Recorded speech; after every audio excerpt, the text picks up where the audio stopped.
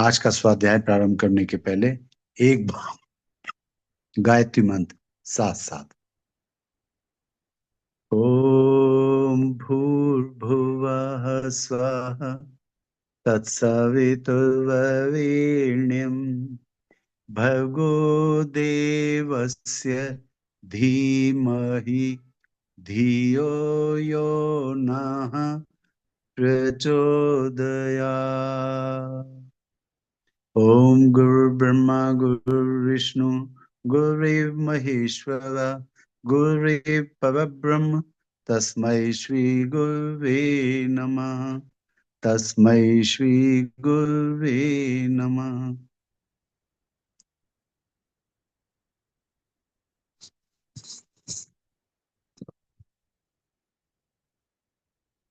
कंबुज गुरुदेव हम लोगों को बता रहे थे कि मन के तीन जो स्तर हैं, चेतन मन, अवचेतन मन और सुपर चेतन मन।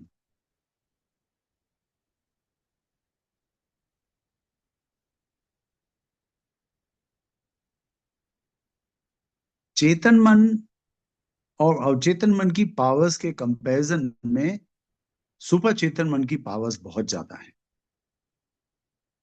तो परम पूज्य गुरुदेव कह रहे हैं कि इस समय जो समाज में जो जटिलताएं फैली हुई हैं, विभीषिकाएं फैली हुई हैं,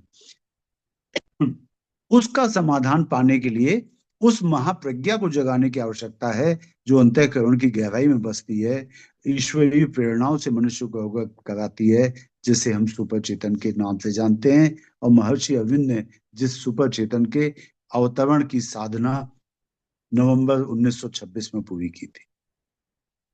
आइए आगे पढ़ते हैं। मार्टिन ट्रिनबी ने लिखा है, विचार बुद्धि की उपयोगिता कितनी ही क्यों ना हो, वह रहेगी अपर्याप्त ही। चेतना की पूर्णता का केंद्र मस्तिष्क नहीं, अंतःकरण है। अब परमात्मा की खोज और उसको पाने की बारी है। ऐसा संपर्क साधने के लिए एकमात्र स्थान मानवीय अंतःकरण है। सहृदयता इसी केंद्र में बसती है। हेनरी गाल्डर ने अपने ग्रंथ evolution and man place in nature में लिखा है, विकास की दिशा में किए जा रहे प्रयास में एक कड़ी और जुड़नी चाहिए कि मनुष्य के हृदय की विशालता एवं गहराई को भी बढ़ाया जाए। ये हृदय की विशालता और गहराई को बढ़ाया जाना केवल अपने सुपर चेतन को अपने अंतःकरण में अवतरित करने की साधना है। आप हृदय की विशालता बढ़ाएंगे, गहराई को बढ़ाएंगे, मतलब सभी से प्रेम करेंगे। तो सुपर चेतन के अवतरण की दो ही शर्तें परम पूज्य गुरुदेव पंडित श्री राम शर्मा आचार्य ने बताई हैं कि अत्यंत उच्च स्तर की पवित्रता और समस्त प्राणी मात्र से स्नेह, प्रेम। उतना ही प्रेम जितना आप अपने से करते हैं, उतना ही प्रेम जितना आप अपने इकलौते बेटे से करते हैं। वस्तुओं का लाभ जिसे उठाना है, उसका अंतःकरण यदि निकृष्टता परायण रहा तो संपदा का दुरुपयोग ही होगा। इवोल्यूशन के दौर में आप सबने पढ़ा कि एक समय ऐसा आया जब हिरण्यकश्यप के भाई हिरण्याक्ष ने संपूर्ण पृथ्वी के संपदा को अपने कब्जे में कर लिया और उस संपदा को अपने कब्जे में करके और केवल स्वयं उसका लाभ उठाया चाहता था। तो हिरण्याक्ष को मारने के लिए भगवान को अवतार लेना पड़ा, वराह अवतार के रूप में।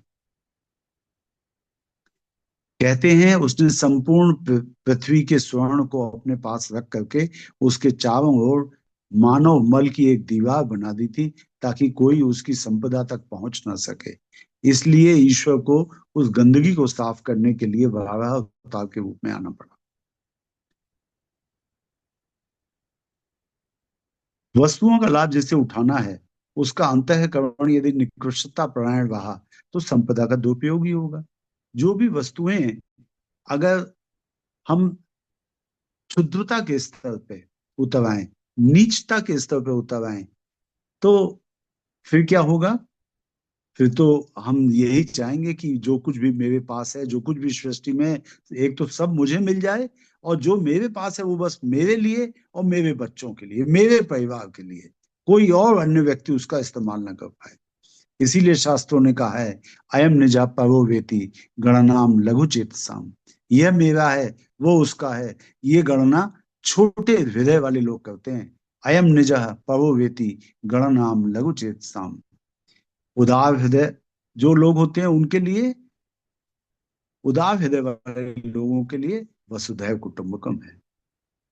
संपदा कितनी ही क्यों ना बढ़े, पर यह ध्यान रहे उपभोक्ता की गरिमा ही साधनों का सत्परिणाम प्रस्तुत कर सकती है।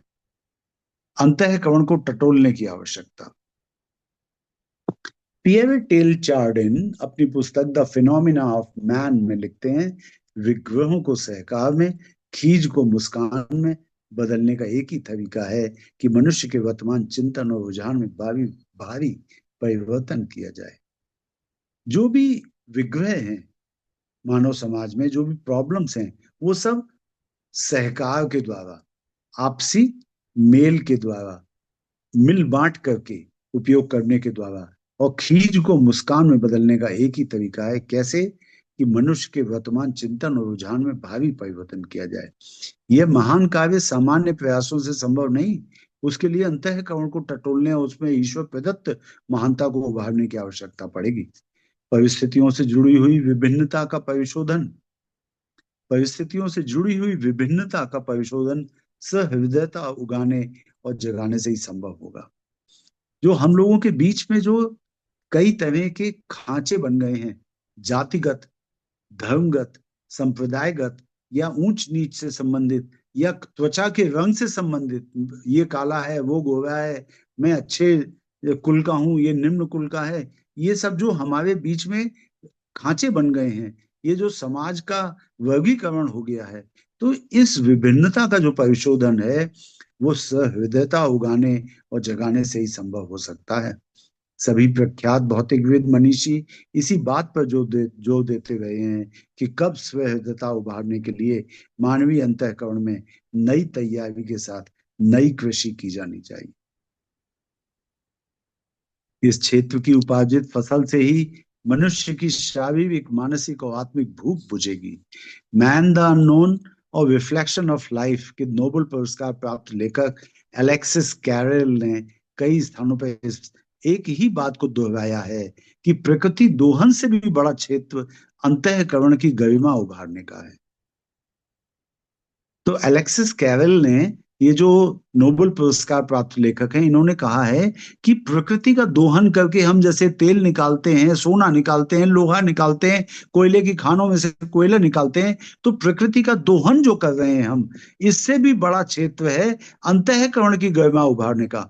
अगर हम अंतःकरण में गरिमा उगाने का प्रयास करें, प्रत्येक मानवीय अंतःकरण को गरिमा युक्त बनाने की कोशिश करें, तो ये मानव समाज रहने योग्य बन जाएगा। उस उपेक्षित क्षेत्र को नए सिरे से समझा एवं समुन्नत बनाया जाना चाहिए। आत्मा महात्मा से परमात्मा तक असंख्य प्रतिपादनों में से कुछ की झांकी ऊपर की पंक्तियों में प्रस्तुत करने के उपरांत इसी निष्कर्ष पर पहुंचना पड़ता है कि व्यक्ति एवं समाज को वर्तमान से उबारने और उज्जवल भविष्य के निकट पहुंचाने के लिए मानवीय अंतरात्मा को समझा और जगाया जाना उसी प्रकार आवश्यक है जिस प्रकार सामान्य जीवन में निर्वाह के साधन जुटाना। देखिए, गुरुदेव कितनी अच्छी बात बता रहे हैं। गुरुदेव ने कहा कि ऊपर हमने जितने आपको सिद्धांत बताए कि हम अपने चेतन और चेतन की शक्तियों को तो जानते ही हैं, एक बार जब सुपर चेतन के अंदर जो हमारे भाव छुपे हुए हैं उनको जगाने की कोशिश करें, क्योंकि सुपर चेतन की जो पावर्स हैं वो इतनी अधिक हैं कि मानव जीवन में जितनी समस्याएं हैं उनका समाधान तत्काल निकल आएगा। समाधान निकालने की क्या बात, अगर सुपर चेतन सबका जागृत हो जाए तो फिर तो धरती पे कोई समस्या ही नहीं बचेगी। समस्या तो भूख और गरीबी की है ना, तो वो तो उसी क्षण समाप्त हो जाएगी जब आपके मन में प्रेम सारी मानव जाति के लिए नहीं, समस्त प्राणियों के लिए आएगा। आप किसी को भूखे देख कैसे सकेंगे? आपके गले में एक निवाला कैसे जाएगा अगर कोई सामने भूखा बैठा हो? आपको महाभारत की कथा याद आती होगी कि महाभारत के समय पे जब राजसूय यज्ञ का आयोजन किया गया, महाभारत खत्म होने के पश्चात पांडव जीत गए, भगवान श्री कृष्ण ने कहा कि अब राजसूय यज्ञ किया जाना चाहिए, क्योंकि वातावरण में बहुत विषाक्तता आ गई है, अनेक लोगों का नरसंहार हुआ है, और अच्छे सूक्ष्म वातावरण का निर्माण करने के लिए एक राजसूय यज्ञ होना चाहिए। राजसूय यज्ञ जो होते हैं, एक तरह के राजनीतिक यज्ञ होते हैं, राजनीतिक वर्चस्व को भी स्थापित करते हैं। उस यज्ञ में वो सब लोग आएंगे जो आपके द्वारा जीत लिए गए हैं या जो आपके मित्र हैं। राजसूय यज्ञ का आयोजन किया गया। उस यज्ञ के आयोजन के बाद लोगों ने देखा कि जहां पे लोग खाना खाने के बाद अपनी झूठी पत्तलें डाल रहे थे, वहां पर कुल्ला वगैरह कर रहे थे, उन जगहों पर एक नेवला आकर के बार बार जमीन पर लौट रहा था, और नेवला सबके आकर्षण का केंद्र बन गया, क्योंकि वो नेवला आधा सोना, उसके शरीर आधा सोने का था और आधा पशु का था। सब लोग आश्चर्य से उसकी ओर देखते रहे। वो नेवला बार बार कभी कहीं लेटता, कभी कहीं लेटता मिट्टी में। सब लोगों ने उससे पूछा, भाई आप कौन है, यहाँ पे क्या कर रहे हैं, लेट लेट के क्या कर रहे हैं? तो उन्होंने कहा कि मैं देखना चाहता था कि ये इतना बड़ा राजसूय यज्ञ हुआ है, इसकी महिमा कितनी है। तो लोगों ने पूछा, आपको क्या लगा इसकी महिमा कितनी है? तो उन्होंने कहा, कुछ भी नहीं है, महिमा तो कुछ भी नहीं है। उन्होंने कहा, क्यों? इतना बड़ा यज्ञ का आयोजन हो रहा है, महाभारत के बाद भगवान श्री कृष्ण स्वयं करवा रहे हैं। उन्होंने कहा, एक बार एक व्यक्ति बहुत दिनों से भूखा था। अब उसके दिनों की गिनती तो मुझे नहीं याद है, लेकिन वो दिनों की गिनती इतनी अधिक थी कि माह 2 माह लगभग उसे हो गए थे, उसे भोजन नहीं मिला था। उसके बाद उसको कहीं से 4 रोटी मिली भिक्षा में। वो बहुत तत्परता से उसको खाने के लिए जमीन पे बैठा। उसने पहला ग्रास खाया भी नहीं था, बस मुंह तक ले गया था कि सामने एक चांडाल आकर के खड़ा हो गया। उसने कहा, कई दिनों से भूखा हूं। तो वो व्यक्ति जो कई दिनों से भूखे थे, जिनको वो 4 रोटी हस्तगत हुई थी, मिली थी, उन्होंने अपनी 1 रोटी उसको दे दी। उनके पास 4 रोटी थी। उस चांडाल ने तत्परता से वो 1 रोटी खाई और फिर कहा, भूख तो मिटी नहीं। उन्होंने दूसरी रोटी भी दे दी। फिर वो रोटी भी चांडाल ने खा ली और फिर कहा, भूख नहीं मिटी। उन्होंने 1 रोटी और दे दी। अब वो चांडाल तीसरी रोटी भी खा गया। उसके पश्चात उसने कहा, कुछ तो भूख मिटी है, लेकिन पूरी तरह से भूख खत्म नहीं हुई, आप 1 रोटी और देंगे? वो व्यक्ति जो कई दिनों से भूखा था, उसने चुपचाप अपनी वो रोटी उनको दे दी। चौथी रोटी खाने के बाद चांडाल ने पानी पिया, और उसके बाद जो कुल्ला किया, उस कुल्ला करने का जो पानी था उस नेवले के आधे शरीर के ऊपर पड़ा, और वो शरीर सोने का हो गया। उस नेवले ने कहा, मैं तो इस आशा में आया था कि शायद मेरा पूरा शरीर सोने का हो जाएगा अब, लेकिन मैं देखता हूं कि इस स्थान की महिमा उतनी नहीं जितनी मैं अपेक्षा करके आया था। तो सोचिए आप, अंतःकरण को जगाकर महामानव बनाने से तो मनुष्य के सारी समस्याओं का समाधान हो जाएगा। जब आपके अंतःकरण में दूसरों के दुखों के लिए उतनी ही पीड़ा होगी जैसे आपके बेटे को जो तकलीफ होती है, उस तकलीफ को आप महसूस करके विचलित हों, या स्वयं आपको जो तकलीफ होती उसको जो महसूस करके आप विचलित हों, वैसी ही तकलीफ आपको महसूस हो अगर किसी अन्य प्राणी को तकलीफ है। असंख्य प्रतिपादनों में से कुछ की झांकी ऊपर की पंक्तियों में प्रस्तुत करने के उपरांत इसी निष्कर्ष पर पहुंचना पड़ता है कि व्यक्ति एवं समाज को वर्तमान से उबारने और उज्जवल भविष्य के निकट पहुंचाने के लिए मानवीय अंतरात्मा को समझा और जगाया जाना उसी प्रकार आवश्यक है जिस प्रकार सामान्य जीवन में निर्वाह के साधन जुटाना। अंतःकरण को जगाकर महामानव अथवा महात्मा के स्तर से भी ऊंचे उठकर परिवार और समाज में रहते हुए परमात्मा से एकाकार होने की स्थिति को प्राप्त किया जा सकता है। गुरुदेव कह रहे हैं कि इस नर्तन भावी जीव से ये अपेक्षा की जाती है कि वो सामान्य नर न रह जाए, बल्कि इस नर्तन को धारण करने के बाद वो महामानव बनने की कोशिश करे और महात्मा बनने की कोशिश करे, और महात्मा की स्थिति से भी ऊपर उठ करके वो देव मानव बन सकता है, परमात्मा से एकाकार हो सकता है। महात्मा होने का अर्थ है अंतःकरण की विशालता से। महात्मा वह है जिसके सामान्य शरीर में असामान्य आत्मा निवास प्रकाश करता है। काया की वेशभूषा और चित्त विचित्र आवरणों का धारण होना ना तो महात्मा होने का आधार है और न लक्षण। अगर आप बहुत विचित्र प्रकार के कपड़े पहन लेते हैं या गेरुए वस्त्र धारण कर लेते हैं तो ये ना समझें कि इससे आप महात्मा बन गए। काया की वेशभूषा और विचित्र विचित्र आवरणों का धारण होना ना तो महात्मा होने का आधार है और न लक्षण। सामान्य वेश और सामान्य वहन सहन के बीच आत्मा के स्तर तक पहुंचाया जाना संभव है और पहुंचाया जाता भी रहा है। मर्यादाओं से अवरुद्ध रहकर नागरिक कर्तव्यों का पालन करते रहना, यह मनुष्यता का आवश्यक उत्तरदायित्व है। जिन्होंने अपने भीतर आत्मा को समझा है, उसकी गौरव गरिमा को ध्यान में रखा है, उसे संयम, सदाचार और कर्तव्य निष्ठा से जुड़ा हुआ शालीन जीवन जीना ही पड़ेगा। महात्मा की गरिमा इससे अगली मंजिल है। महान का अर्थ है विशाल, व्यापक। जो आत्मा अपने शारीरिक, मानसिक और पारिवारिक कर्तव्यों से आगे बढ़कर विश्व मानव के उत्तरदायित्वों को वहन करने के लिए अग्रसर होता है, मानवीय कर्तव्यों से आगे देव कर्तव्यों को वहन करने के लिए तत्पर होता है, वह महात्मा है। महात्मा अपने लिए नहीं सोचता, विराट के लिए सोचता है। अपने लिए नहीं करता, विराट के लिए करता है। अपने लिए नहीं जीवित रहता, विराट के लिए। उसे मलिनता निस्सृत करता है, पर इसलिए कौन उसे घृणास्पद और त्याज्य ठहराता है। इसमें गंदगी विद्यमान है।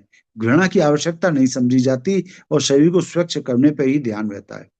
यहाँ पे ये समझने वाली बात है। परम पूज्य गुरुदेव कह रहे हैं कि मानव शरीर के हर छिद्र से मलिनता निकलती है, लेकिन उसे कोई घृणास्पद और त्याज्य तो नहीं ठहराता। कोई ये तो नहीं कहता अरे ऐसी देह को त्याग दो। अरे गंदगी है तो सफाई करने की आवश्यकता है, शरीर को स्वच्छ किया जाए। अपनी ही तरह दूसरों की विविध मलिनताओं के रहते जो हेय और घृणास्पद, पतित, त्याज्य नहीं ठहराता, वह अपनी सहज ममता से प्रेरित होकर उसे निर्मल बनाने का श्रम करता है। आदमी को दूसरों की गलतियां तो दिखाई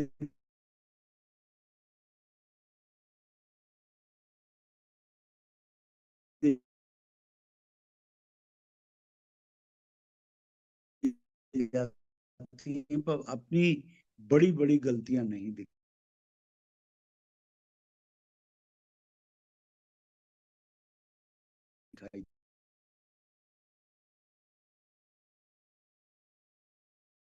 देती। बहुत अपना लें और निर्मल बनाने का श्रम करें। महात्मा गांधी कहते थे, पाप से घृणा करो, पापी से नहीं। वही बात अपनाने की है कि प्रभु गुदे भी अपने साहित्य में लिखते हैं। बोले जब भी आप किसी पापी व्यक्ति से संपर्क में आए तो आपका दृष्टिकोण एक डॉक्टर के तरह से होना चाहिए। परम पूज्य गुरुदेव कहते हैं जैसे डॉक्टर क्या करता है, अगर शरीर में कोई बीमारी आ गई है तो वो बीमारी को ठीक करने की कोशिश करता है। डॉक्टर ये थोड़ी करता है अबे नहीं ये शरीर में फोड़ा हो गया है, इस आदमी को मार डालो। अभी फोड़े का चीरा लगा करके मवाद निकाल दो, दवाई दे दो, एंटीबायोटिक दे दो, बाकी जो रहा सहा इन्फेक्शन है खत्म हो जाएगा और आदमी पहले के तरह स्वस्थ हो जाएगा। तो गुरुदेव कहते हैं कि पापी व्यक्ति से संपर्क होने पर आपका दृष्टिकोण एक डॉक्टर की तरह से होना चाहिए। जैसे डॉक्टर बीमारी को ठीक करके बीमार व्यक्ति से तो प्रेम करता है, बीमार व्यक्ति के प्रति उसके मन में कोई बुरा भाव नहीं होता, केवल उसकी बीमारी को दूर करने का प्रयत्न करता है। वही भाव हमारे मन में भी होना चाहिए जब भी हम किसी को देखें जिसकी कोई त्याज्य कोई उसके गुण है, ऐसा गुण है जिसको त्याग दिया जाना चाहिए, कोई ऐसी कमी है जो उसे पतित बना रही है, कोई दुर्गुण है, तो हमें कोशिश करनी चाहिए कि हम उससे सहज ममता से प्रेरित होकर के निर्मल बनाने का काम करें उसे। जो व्यक्ति ऐसा करता है, जो पापी व्यक्ति के पाप को दूर करके उसको निर्मल बना करके अपनी ममता से उत्प्रोत कर देता है, वह महात्मा है। दिग्भ्रांत जन समाज के आचरणों के प्रति आक्रोश उत्पन्न किए बिना, दिग्भ्रांत जन समाज के आचरणों के प्रति आक्रोश उत्पन्न किए बिना जो धैर्य और शांति पूर्वक विग्रह की रोकथाम पर ध्यान देते हैं, उस उदार मना व्यक्ति को महात्मा कहना चाहिए। दिग्भ्रांत मतलब जो दिशा को भूल चुके हैं। दिग माने दिशाएं, और भ्रांत माने उनके मन में भ्रांति आ गई है कि सही दिशा क्या है जीवन जीने की, किस तरफ चलना चाहिए। दिग्भ्रांत जन समाज के आचरणों के प्रति आक्रोश उत्पन्न किए बिना जो धैर्य और शांतिपूर्वक विग्रह की रोकथाम पर ध्यान देते हैं, उस उदारमना व्यक्ति को महात्मा कहना चाहिए। हम अपने और अपने प्रियजनों के दुखों से हम अपने और अपने प्रियजनों के दुखों से दुखी होते हैं। इस क्षेत्र में सुख दुखों से संवर्धन का प्रयत्न करते हैं। हमें अपना सुख, यश, वैभव, उत्कर्ष प्रिय लगता है, और जिन्हें अपना समझते हैं उन्हें भी इसी सुखद स्थिति में रखने के लिए प्रयत्न करते हैं। यह परिधि जब बड़ी हो जाती है और प्यार दुलार का, ममता आत्मीयता का क्षेत्र बढ़ जाता है, तो वैसी ही अनुभूति हर किसी के साथ जुड़ जाती है। दूसरों का कष्ट अपना कष्ट लगता है। अपने को सुखी बनाने के लिए जिस प्रकार अपना स्वभाव और चिंतन सक्रिय रहता है, वैसी सक्रियता यदि जन साधारण के लिए विकसित हो चले, तो समझना चाहिए कि आत्मा ने महात्मा का रूप धारण कर लिया है। यहाँ शांति कुंज में मैं चिकित्सालय में कार्य करता हूँ। वहां पे एक नर्स है, वो इतनी भावनाशील हैं। एक पिछले वर्ष बहुत भयानक ठंड पड़ रही थी। एक दिन वो सुबह सुबह आई, रोती हुई, आंसू बह रहे उनकी दोनों आंखों से। मैंने कहा क्या हो गया सिस्टर? बोली डॉक्टर इतना ठंड पड़ रहा है, और गरीब लोग जिनके पास स्वेटर नहीं होंगे वो बेचारे कैसे ठंड में अपना जीवन जिएंगे। मुझे बहुत दया आ रही है उनको। तो मैंने कहा कोई देखा तुमने ठंड से कांपता हुआ व्यक्ति, उसको स्वेटर दे आओ। नहीं मैंने देखा नहीं, मैं अनुभव कर रही हूँ, इतनी ठंड पड़ रही है, गरीब व्यक्ति कैसे जीवन जिएगा। और वो आंसुओं से रो रही, दोनों आंखों से आंसू टपक रहे। और फिर सूर्य भगवान से उन्होंने प्रार्थना की, हे सूर्य भगवान आप प्रकट होइए। और आपको विश्वास शायद नहीं होगा, इतनी भावनाशील कि उसकी प्रार्थना करते ही 5 मिनट में तेज धूप निकलने लगी। ये है एक भावनाशील हृदय की पुकार। उसने किसी गरीब व्यक्ति को देखा नहीं, केवल ठंड की अधिकता को उसने महसूस किया कि मैं तो स्वेटर पहने हूं, और जो गरीब व्यक्ति हैं जिनके पास स्वेटर नहीं, कंबल नहीं, उनका क्या होगा। और ये अनुभव करते ही उसकी आंखों से आंसू आने लगे। और जैसे ही उसने पुकार लगाई सूर्य भगवान की, तत्काल तेज धूप निकलने लगी। आप अपनी अंतरात्मा को इतना पवित्र तो बनाइए कि दूसरों के दुख को महसूस कर सकें। ईश्वर आपके अंदर निवास करने के लिए तड़प जाएगा। वही बात गुरुदेव कह रहे हैं, अपने को सुखी बनाने के लिए जिस प्रकार अपना स्वभाव और चिंतन सक्रिय रहता है, वैसी सक्रियता यदि जन साधारण के लिए विकसित हो चले, तो समझना चाहिए कि आत्मा ने महात्मा का रूप धारण कर लिया। परायों में जब अपनापन प्रतिभासित होने लगे, तो समझना चाहिए कि आत्मा ने महात्मा का रूप धारण कर लिया। परायों में जब अपनापन प्रतिभासित होने लगे, तो समझना चाहिए कि दिव्य नेत्र खुल गए। जिसकी अहंता ग्रीष्म की हिम बनकर पिघल जाए। अहंता मतलब अहम भावना, मैं कुछ हूं, अपने अंदर का अपने प्रति घमंड। जिसकी अहंता ग्रीष्म की हिम बनकर पिघल जाए, जो पवन जैसा सक्रिय और आकाश जैसा शांत दिखाई पड़े, समझना चाहिए यह महात्मा का रूप है। जब तक स्व एवं पर का ऊहापोह चलता रहता है, तब तक आत्मा और महात्मा का प्रेम प्रसंग, आदान प्रदान, प्रयास, मनोराग चल रहा, समझना चाहिए। जब द्वैत की समाप्ति हो जाए और केवल एक ही शेष रहे, स्व और पर का अंतर सोचने की गुंजाइश ही ना रहे, तब समझना चाहिए उसी काय कलेवर में परमात्मा का अवतार हो गया।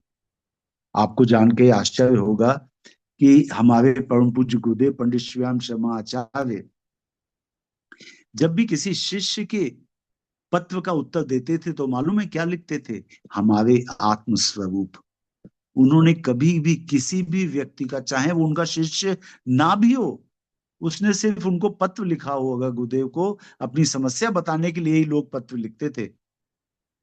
उस प्रत्येक व्यक्ति को उन्होंने लिखा पत्र में, हमारे आत्मस्वरूप। अर्थात इस धरती के समस्त प्राणियों में गुरुदेव अपने आप को देखते थे। साक्षात पर ब्रह्म परमात्मा उनके हृदय में, परमात्मा उनके हृदय में निवास करता होगा, नहीं, बल्कि मैं ये कहूंगा वो साक्षात परमात्मा है, परमात्मा का स्वरूप है। जैसे भगवान श्री कृष्ण गीता में कहते हैं, यो माम पश्यति सर्वदा, जो मुझको सब लोगों में देखता है, सभी जीवों के अंतःकरण में स्थित मुझ श्री कृष्ण को देखता है, और मुझ श्री कृष्ण में समस्त प्राणी मात्र को मेरे अंदर स्थित देखता है, वो मेरा परम भक्त है, वो मुझे समझ पाया, ऐसा भक्त कहते हैं भगवान श्री कृष्ण। क्या किया जाए? इस यूनिट में आपने अनेक मनोवैज्ञानिकों के संदर्भ पढ़े, नीरज भी लगे होंगे। देखिए गुरुदेव कैसे लिखते हैं, उनकी लिखने की कला कितनी अच्छी है, बिल्कुल ऐसा लगता है जैसे आपसे बातें कर रहे हो। इस यूनिट में आपने अनेक मनोवैज्ञानिकों के संदर्भ पढ़े, नीरज भी लगे होंगे, पर मन संस्थान की विचित्र विभिन्न परतों के संबंध में किए गए अध्ययन अनुसंधानों की जानकारी देने के लिए ये सब आवश्यक थे। आपने कभी कभी अनुभव किया होगा कि जब आपने अध्यापक के रूप में किसी बालक को आवश्यकता से अधिक दंड दिया होगा, किसी मृतक की विपन्न की पेंशन स्वीकृत करने के लिए लिपिक के रूप में भारी रिश्वत ली होगी, अथवा व्यापारी के रूप में सीमेंट में काली मिट्टी पीस कर मिलवाई होगी, तो एकांत में आपके अंतःकरण ने आपको अवश्य भीतर ही भीतर कचोटा होगा। ऐसी स्थिति यदि कभी उत्पन्न हो तो आप उसकी अनसुनी ना कर दें, उसे ईश्वरीय परामर्श मानते हुए मन ही मन गलती के लिए क्षमा मांगे, और भविष्य में ऐसा पाप अपराध पुनः ना करने का संकल्प लें। अंतःकरण की बात को महत्व देना, उसे समझ पाना ही उसे जगाना है। देखिए आप में से अनेक लोग ऐसा चाहते होंगे, जो भी अध्यात्म के रास्ते पर हैं, कि हम भगवान से कब बातें कर पाएंगे, लेकिन आपने अपने अंतःकरण की बात कब मानी है? मैं बुराई नहीं कर रहा आपकी, लेकिन आप में से जो लोग सरकारी नौकरी में क्लर्क की या ऑफिसर की पोस्ट पे बैठे होंगे, जिन्होंने भी रिश्वत ली होगी, किसी के अंतःकरण को दुखाया होगा, या पैसे लेकर के कोई गलत काम किया होगा, तो क्या आपका हृदय मचला नहीं होगा? क्या आपके हृदय में कोहराम नहीं मचा होगा? वही ईश्वरीय परामर्श है जिसे आप अनसुना कर रहे हैं, अनदेखा कर रहे हैं। ईश्वर तो आपसे बात करना चाह रहा है कि बेटा तू गलत काम कर रहा है, लेकिन आपको तो पैसा दिखाई दे रहा है। रिश्वत लेते समय आपके हाथ जो कांपते हैं, अंतःकरण में कोलाहल होता है, कोहराम मच जाता है, वो केवल शुरुआत में ही होगा। ईश्वर केवल शुरू में ही जब आपकी गलत हरकतें देखेगा तो बताएगा, लेकिन रोज रोज जब आप रिश्वत लेंगे तब वो आपको बताने नहीं आएगा। फिर उसके बाद तो फिर अंत समय में एक साथ ही सब कुछ तय किया जाएगा, आप कब कितना गलत काम कर चुके, कितना सही काम कर चुके। तो गुरुदेव कह रहे हैं कि कभी लिपिक के रूप में आपने भारी रिश्वत ली हो, अथवा व्यापारी के रूप में सीमेंट में काली मिट्टी पीस कर मिलवाई होगी, तो एकांत में आपके अंतःकरण ने आपको अवश्य भीतर ही भीतर कचोटा होगा। ऐसी स्थिति यदि कभी उत्पन्न हो तो आप उसकी अनसुनी ना कर दें, उसे ईश्वरीय परामर्श मानते हुए मन ही मन गलती के लिए क्षमा मांगे, और भविष्य में ऐसा पाप अपराध पुनः न करने का संकल्प लें। अंतःकरण की बात को महत्व देना, उसे समझ पाना ही उसे जगाना है। जब आप अंतःकरण की बात सुनने लगेंगे ना, तो वो ईश्वर आपसे फिर बात करने लगेगा। जब आप एक बार उसकी बात सुनेंगे तो अगली बार भी वो आपको बताएगा, आपको मार्गदर्शन देगा। हमारा अंतःकरण जागता रहेगा तो हमारी कमियां दूर हो जाएंगी, और हमारा भावनात्मक, वैचारिक एवं व्यवहारिक स्तर ऊंचा उठता चला जाएगा।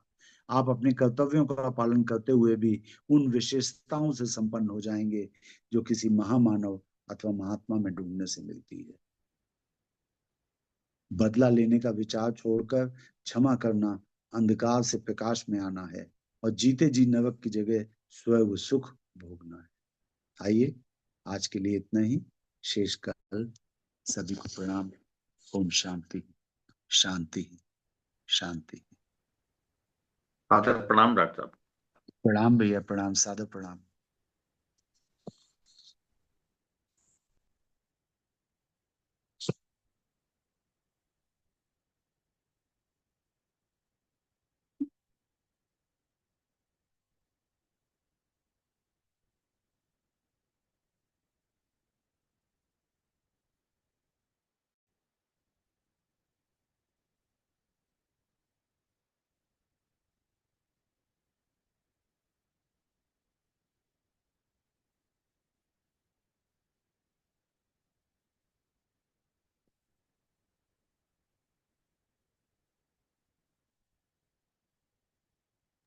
गोविंद अंकल कुछ कहना चाह रहे हैं?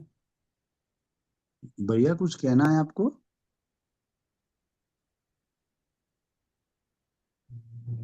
हमको लगता है ये चाहिए चलिए, सभी को कि प्रणाम। डॉक्टर साहब, हाँ। व्यापार जगत के अंदर हमने कई बार इस चीज को अनुभव करा कि हम्म। ऐसा कई बार होता है कि हमको ऐसा लगता है कि जो कुछ भी हम अपनी विशेषता और योग्यता के कारण जो ईश्वर ने दी है, जिसको हम केवल अपनी जरूरत समझ के किसी व्यक्ति से चार्ज करते हैं, और जब उसको ओवर चार्ज करते हैं तो वो कहीं ना कहीं गलत होता है, तो तुरंत आत्मा जरूर बताती है ये बिल्कुल होता चलिए। है। हम उसके ऊपर उसको कवर करने के लिए बेमतलब के इधर उधर के तर्क ढूंढ के उसको सही ठहराने की कोशिश करते हैं, लेकिन वो कभी भी सही होता है। हर एक ग्राहक में अगर हम कृष्ण को देखें, राम को देखें, अपने गुरुदेव को देखें, तो शायद ऐसा लगेगा कि हम सही कार्य कर रहे हैं। बिल्कुल। प्रणाम भैया।